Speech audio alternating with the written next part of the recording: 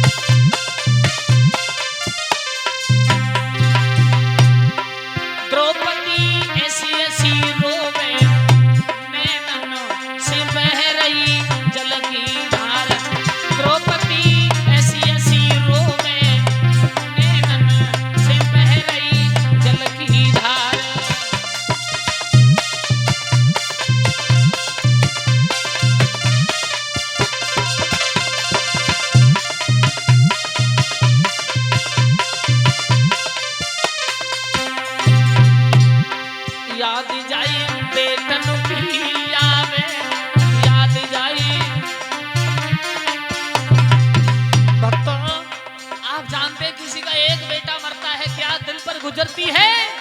आज द्रौपदी के 5 पुत्रों की लाश उसके सामने पड़ी है। छाती फट गई, कलेजा धड़कने लगा।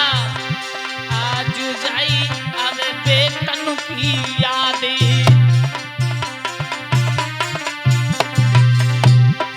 हिलकी भरी रोई गई है आज।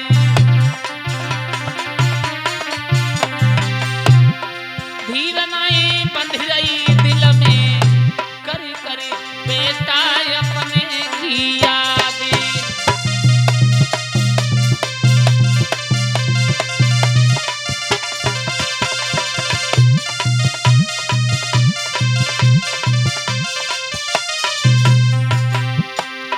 द्रौपदी ऐसी ऐसी रोवे, कर कर समय अपने की यादें।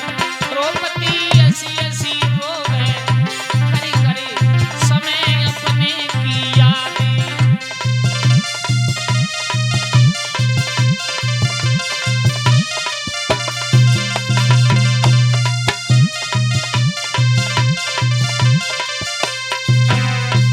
द्रौपदी दहाड़ मार के रोती रही है।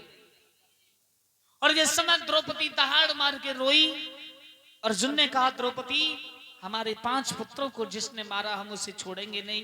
अर्जुन धनुष पर बाण चढ़ा के चले और अश्वत्थामा को दौड़ के पकड़ लिया और द्रौपदी के सामने खड़ा कर दिया। द्रौपदी से कहा, देवी ये खड़ा है तुम्हारे 5 बेटाओं का हत्यारा,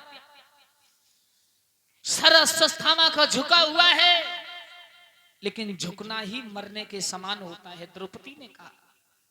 अर्जुन ने कहा, बोलो, कहो तो इसे जमीन में गाड़ दिया जाए, कहो तो द्रौपदी टुकड़े कर करके मैं इसकी बोटियों को कुत्तों को खिला दूं। द्रौपदी ने कहा, नहीं, ये तुम्हारे गुरु द्रोण का पुत्र है, ब्राह्मण है, तुमको ब्रह्म हत्या का दोष लग जाएगा। अर्जुन, इसकी नीचे गर्दन झुक गई, इसे छोड़ दो, माफ कर दो, पर मेरी यही आज्ञा है। कौन सी? मेरी यही आज्ञा है कि उस दुष्ट दुर्योधन को ढूंढो, वो कहां है। केशव के साथ 5 पांडव दुष्ट दुर्योधन को ढूंढने निकले। एक झील के अंदर दुष्ट दुर्योधन छुपा है, जूते बाहर उतरे। भीम ने कहा, ओ दुर्योधन निकल के बाहर आ। कन्हैया ने कहा, दुर्योधन बाहर आओ निकल के, अंतिम युद्ध की इच्छा है। अंदर से दुर्योधन कहता है, युद्ध की अब कोई इच्छा नहीं, कोई युद्ध की इच्छा नहीं, हम जानते हैं हमारा कोई मन नहीं है युद्ध के लिए।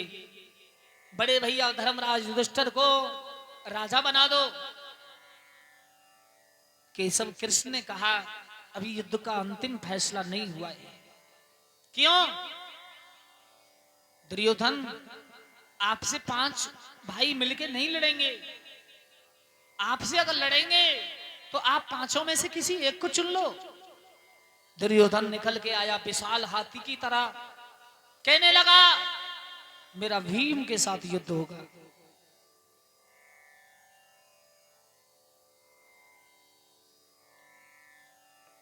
और 50 रुपए पुष्पेंद्र सनोप लंबरदार जी भगवान के चरणों में भेंट कर रहे हैं। भगवान सदा सुखी जीवन आनंदमयी रखे, कन्हैया कृपा बरसाते रहे। दुर्योधन निकल के बाहर आया, एक गदा भीम के हाथ में है, एक गदा दुर्योधन के हाथ में। इतना घनघोर युद्ध, लेकिन भीम को वरदान मिला हुआ था। एक बार गांधारी ने कहा, बेटा सारी जिंदगी मुझे अपनी आंखों पर पट्टी बांध के निकल गई, मैं चाहती हूं कि आज अपनी पट्टी को खोलूं, तेरे दर्शन करूं। दुर्योधन ने कहा, मां मैं तुझे ऐसा वरदान दूंगी, संसार में तुझे कोई नहीं मार पाएगा। उसी समय आगे चला। दुर्योधन ने वस्त्र उतारे, नगिन हुए, चले आगे। गांधारी के महल की ओर भगवान कृष्ण प्रकट हो गए। कहां जा रहे हो? आज मां से अमरता का वरदान लेंगे। भगवान कन्हैया बोले, शर्म करो, जवान हो, नंगे जाओगे मां के सामने, शर्म नहीं लगेगी? अरे कपड़ा पहनने को ही तो मना किया है, केला के पत्ते बांध लो। दुर्योधन ने केला के पत्तों को काटा, अपनी जंघाओं से बांधा, गांधारी के सामने गए। बेटा तूने गजब कर दिया, शायद ये केला के पत्ते भी ना बंधे हुए होते, तेरे संपूर्ण शरीर पर मेरी दृष्टि पड़ती, तू अमर हो जाता दुनिया में। ये धोखा किसने किया? दुर्योधन बोला, ये धोखा कृष्ण ने किया मेरे साथ। कन्हैया को मालूम है सिर्फ जंघा से ही कच्चा है दुर्योधन, जंघा से मर सकता है, अन्यथा उसे कोई नहीं मार सकता। भीम के सीना पर दुर्योधन बैठा है, भीम की जीभ सूख चुकी है। भगवान कन्हैया की ओर देख करके भीम रोने लगे। भगवान कन्हैया ने अपनी शक्ति भीम के अंदर आधी प्रकट की, भीम उठ करके खड़े हो गए, भगवान की ओर देख रहे हैं, इशारा किया, भगवान ने हाथ तुम्हारा अपनी जंघा पर। भीम समझ गए, दोनों हाथों से जिस समय जंघा पर प्रहार किया, उसकी हड्डी टूट गई और जमीन पर गिर गया। ये धोखा, धोखा क्यों? गदा युद्ध का प्रहार कमर से नीचे नहीं किया जाता, ये धोखा।